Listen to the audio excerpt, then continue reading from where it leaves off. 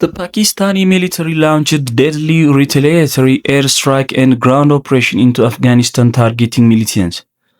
ፓኪስታን የአየርና የመሬት ጥቃት በአፍጋኒስታን ላይ መፈጸሟ ተሰምቷል። ጥቃቱ የተፈጸመው በድንበር አካባቢ በሚገኙ ካምፖች ላይ መሆኑን የፓኪስታን የመረጃ ሚኒስቴር የገለጹ ሲሆን በጥቃቱ 36 ሰዎች መገደላቸውንና ከ160 በላይ ሰዎች መቁሰላቸው ተሰምቷል። ይህ እንቅስቃሴ ከ3 ሳምንት ባነሰ ጊዜ ውስጥ በሁለቱ ሀገራት መካከል የተካሄደ ሁለተኛ ወታደራዊ እርምጃ ሲሆን በድንበር አካባቢ ለወራት ሰፍኖ የነበረውን አንጻራዊ ሰላም ያናጋው እንደሆነም ተነግሯል። ከዚህ ባሻገር የኢራኑ ፕሬዝዳንት መስዑድ ፔዜሽኪያን በኳታር በኩል የታገደባትን ከ12 ቢሊዮን ዶላር ግማሹን የኢራን ንብረት መለቀቁን ያረጋገጡ ሲሆን ይህ ገንዘብ እንደ ትልቅ የድል ምልክት በመቁጠር ከአሜሪካ ጋር ለሚደረግ ስምምነት የህዝብ ድጋፍ ለማግኘት እየሞከሩ ይገኛሉ ተብሏል። በሌላ ዘገባ በቬኔዙዌላ በተከሰተው የመሬት መንቀጥቀጥ ሳቢያ የሟቾች ቁጥር መጨመሩ ተገልጿል። በላጓ ኢራ ግዛት እየተካሄደ የሚገኘው የነፍስ አድን ስራ ፈታኝ እንደሆነ የተገለጸ ቢሆንም አሁንም የውጭ ሀገር አዳኝ ቡድኖች ወደ ስፍራው በመግባት በህንጻ ፍርስራሽ ውስጥ ያሉ ሰዎችን የመታደግ ስራቸውን እያከናወኑ ይገኛል ተብሏል። ወደ ጎረቤት ሀገር ሶማሊያ ፕሬዝዳንት ሐሰን ሼህ መሐመድ በሀገሪቱ የነጻነት በዓል ላይ ባደረጉት ንግግር ኢትዮጵያን፣ ኬንያ እንዲሁም ጅቡቲን ጨምሮ የሶማሌ የጠፉ ክፍሎች በማለት መግለጻቸው አነጋጋሪ ሆኗል። ፕሬዝዳንቱ ይህንን አቋማቸውን በሀገሪቱ ባንዲራ ላይ በሚገኘው ባለ 5 ጫፍ ኮከብ ትርጉም ላይ በመመስረት ያቀረቡት ሲሆን ሶማሊያውያን የሚኖሩባቸው እነዚህ አጎራባች ግዛቶች ወደፊት ወደ እናት ሀገራቸው ሊመለሱ እንደሚገባ ተናግረዋል። ይህ ንግግራቸው የታላቋ ሶማሊያ ርዕዮተ ዓለምን በድጋሚ ለማነቃቃት የታሰበ ነው የተባለ ሲሆን የጎረቤት ሀገራትን ሉዓላዊ ግዛት እንደ ሀገሪቱ አካል አድርገው በመቁጠር በድንበር ማስፋፋያ ያላቸውን ቁርጠኝነት አስታውቀዋል።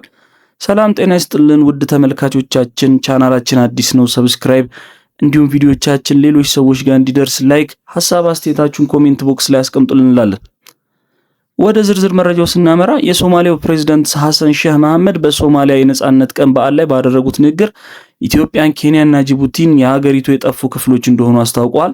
ሐሰን መሐመድ ይህንን ያሉት በሀገሪቱ ባንዲራ ላይ በሚገኘው በባንዲራው ጫፍ ኮከብ ትርጉም ላይ በመመስረት ሲሆን ኮከቡ ሶማሊያውያን የሚኖሩባቸውን 5 አካባቢዎች እንደሚወክል ገልጸዋል። በንግግራቸው መሰረት እነዚህ 3 ጎረቤት ሀገራቶች ከታሪካዊ የሶማሊያ መሬት የተቆረሱና ወደፊት ወደ እናት ሀገራቸው ሊመለሱ የሚገቡ የሀገሪቱ ግዛቶች ናቸው በማለት ተናግረዋል። በዚህም በሀገሪቱ ታሪካዊ ካርታ ውስጥ መካተት ካለባቸው አካባቢዎች መካከል የኢትዮጵያ ሶማሌ ክልል፣ የኬንያ የሰሜን ምስራቅ ግዛትና የጅቡቲ ሪፐብሊክ መሆናቸውን ገልጸዋል። ከዚህ ባሻገር 3ቱ ሀገራት ከሶማሊያ ግዛት ጋር ተካቶ መኖር የነበረባቸው እንደሆኑ በመጥቀስ በአሁኑ ወቅት እነዚህ አካባቢዎች እንደጠፉ ክፍል እንደሚመለከቷቸው አስታውቀዋል።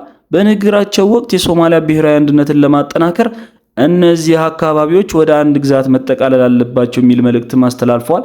በንግግራቸው በሀገሪቱ ታሪካዊ አስተሳሰብ ውስጥ ታላቋ ሶማሊያ የሚል ስያሜ የተሰጠውን ጽንሰ ሐሳብ ይገልጻል የተባለ ሲሆን የጎረቤት ሀገራትን ግዛት እንደ ሶማሊያ የጠፉ አካልን ተደርጎ መውሰድ እንዳለባቸውም ተነግሯል። በዚህ መሰረት ፕሬዝዳንቱ የሶማሊያን ድንበር ለመስፋፋት ያለመ ቁርጠኝነት እንዳላቸውና እነዚህ ሀገራት ከሀገራቸው የተለዩ እንዳልሆኑ በማያሻማ መልኩ መናገራቸውን ዘግቧል።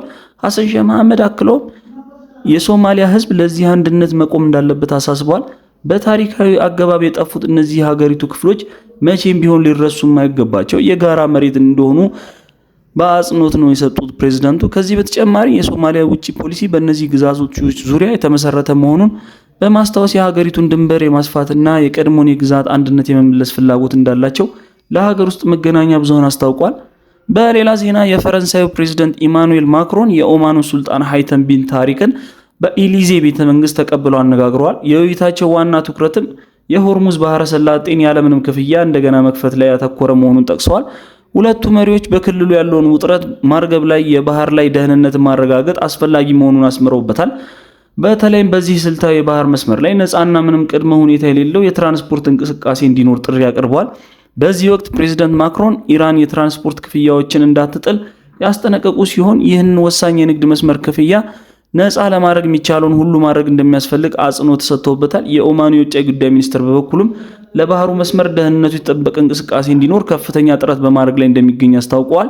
በዚህ ስብሰባ ላይ እንደተገለጸው የባህሩ መስመር ነፃነት ለዓለም አቀፉ ኢኮኖሚ ያለው ፋይዳ ከፍተኛ መሆኑን ተሰምሯል። ኢራን በክልሉ የንግድ መስመር ላይ አዲስ የትራንዚት ክፍያ ለመጣል የምታደርገው እንቅስቃሴ በፈረንሳይና በአሜሪካ በኩል ተቀባይነት እንደሌለው ያመላከቱ ሲሆን የኦማን መሪዎች በክልሉ ሰላም እንዲሰፍና ቀጥተኛ ያልሆነ የዲፕሎማሲ ንግግሮችን በማቀራረብ ረገድ ያላቸው ሚና በዚሁ ስብሰባ ላይ ገልጦ መነሳቱ ተገልጿል። የሁለቱ መሪዎች ውይይት በሆርሙዝ ባህረ ሰላጤ አካባቢ ለተፈጠረው የደህንነት ስጋት ዘላቂ መፍትሄ የመፈለግ ዓላማ ያለው መሆኑን በጋራ መግለጫቸው ተመልክቷል።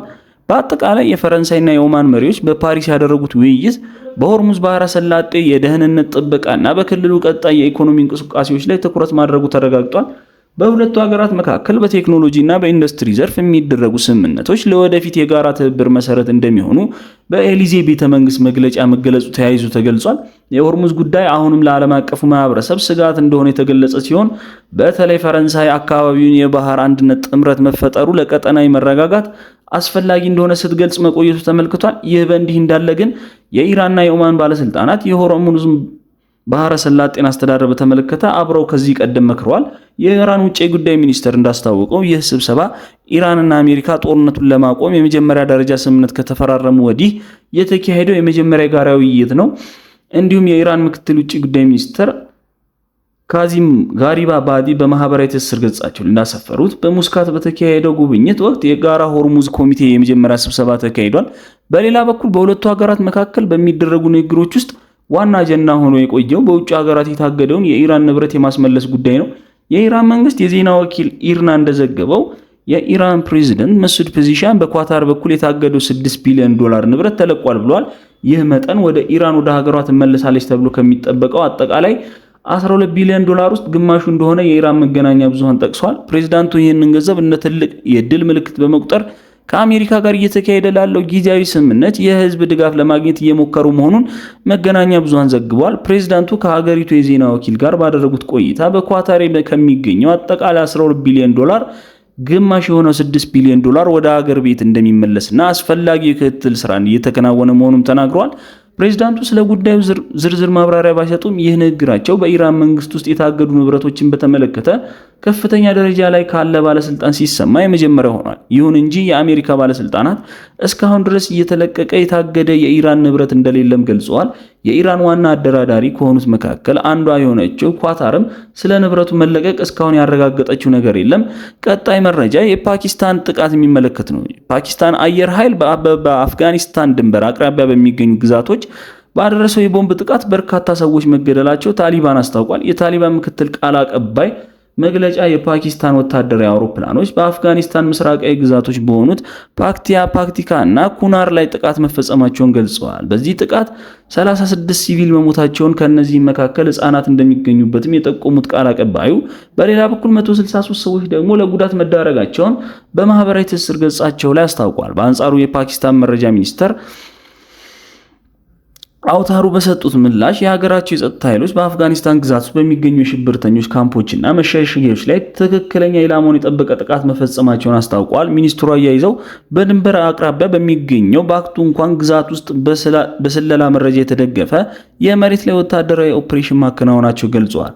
በዚህ ኦፕሬሽን የሽብርተኞች ቡድን ተብለው የተፈረጁት ቲቲፒ እና የጀማዓት ውል አር ታጣቂዎች ቡድኖች መደምሰሳቸውና የጦር መሳሪያ ማከማቻቸውን ሙሉ በሙሉ መደምሰሳቸውን አረጋግጠዋል። በዚህም የተፈጸመው የአየርና የመሬት ጥቃት ከ3 ሳምንታት ባነሰ ጊዜ ውስጥ በሁለቱ ሀገራት መካከል የተካሄደ ሁለተኛ ወታደራዊ እንቅስቃሴ ሆኗል። ከዚህ ቀደም በፓኪስታን ወታደራዊ አውሮፕላኖች ተመሳሳይ ጥቃት ተፈጽሞ የነበረ ሲሆን የድርጊት ለወራት ሰፍኖ የነበረውን አንጻራዊ ሰላም ያናጋ እንደሆነ ተናግረዋል። ኢስላማባድ በበኩሉ አፍጋኒስታን የሰፈሩ ታጣቂ ቡድኖችን በፓኪስታን ውስጥ ለሚፈጸሙ ጥቃቶች ዋና ተጠያቂዎች ናቸው የሚል ውንጀላን በተደጋጋሚ ታሰማለች። በሌላ በኩል የአፍጋኒስታን ታሊባን መንግስት እነዚህን የፓኪስታን ውንጀላዎች አጥብቆ ውድቅ ያደርጋል። ታሊባን ታጣቂ ቡድኖቹ የፓኪስታን የውስጥ ችግር እንጂ በአፍጋኒስታን በኩል ድጋፍ የሚደረግላቸው አለመሆኑን በመግለጽ የጎረቤት ሀገራትን ክስ ውድቅ አድርጓል። ዓለም አቀፍ ማህበረሰብ በሁለቱ ሀገራት መካከል ዘላቂ ሰላም እንዲሰፍን ያደረገው ጥረት በተደጋጋሚ በሚፈጥሩት ወታደራዊ ጥቃቶችና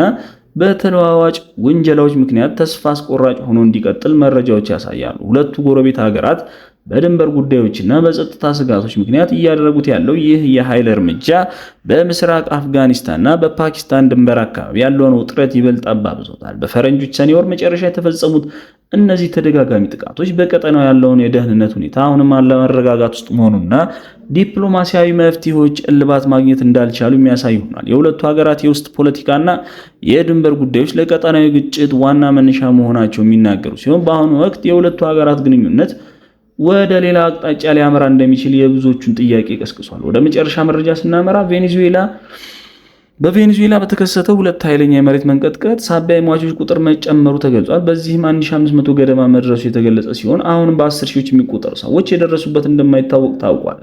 አደጋው በተለይም በካራከስ በ40 ኪሎ ሜትር ርቀት ላይ በምትገኘው ለአቋ ኢራ ግዛት ላይ ከፍተኛ ጉዳት ያደረሰ ሲሆን በመቶዎች የሚቆጠሩ ህንፃዎች ሙሉ በሙሉ በመውደማቸው የነፍስ አድን ስራዎች ፈታኝ አድርገውታል። የሀገሪቱ ጊዜያዊ ፕሬዝዳንት ደልሲ ሮድሪጌዝ የነፍስ አድን ስራው ተጠናክሮ እንደሚቀጥል ገልጸው እስካሁን ድረስ በህይወት የተረፉ ሰዎች መገኘታቸውን ለተስፋው እንደሚያዳግስ አስታውቀዋል። የሀገሪቱ ብሔራዊ ምክር ቤት ፕሬዝዳንት የሆኑት ጆርጅ ሮድሪጌዝ በሰጡት መረጃ መሰረት የሟቾች ቁጥር ባለፉት 24 ሰዓት ጨምሮ 1450 መድረሱን አረጋግጠዋል።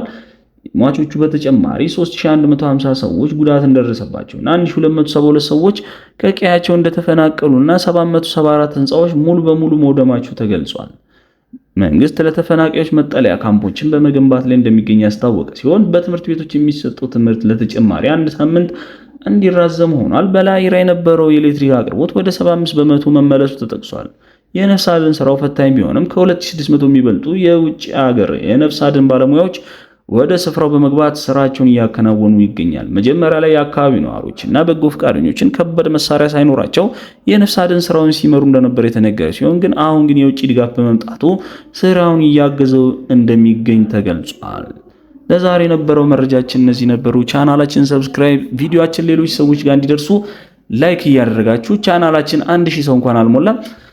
ሁላችንም ሰብስክራይብ በማድረግ እንዲሁም ሐሳብ አስተያየታችሁን ኮሜንት ቦክስ ላይ አስቀምጡልን። መልካም ቆይታ ቸር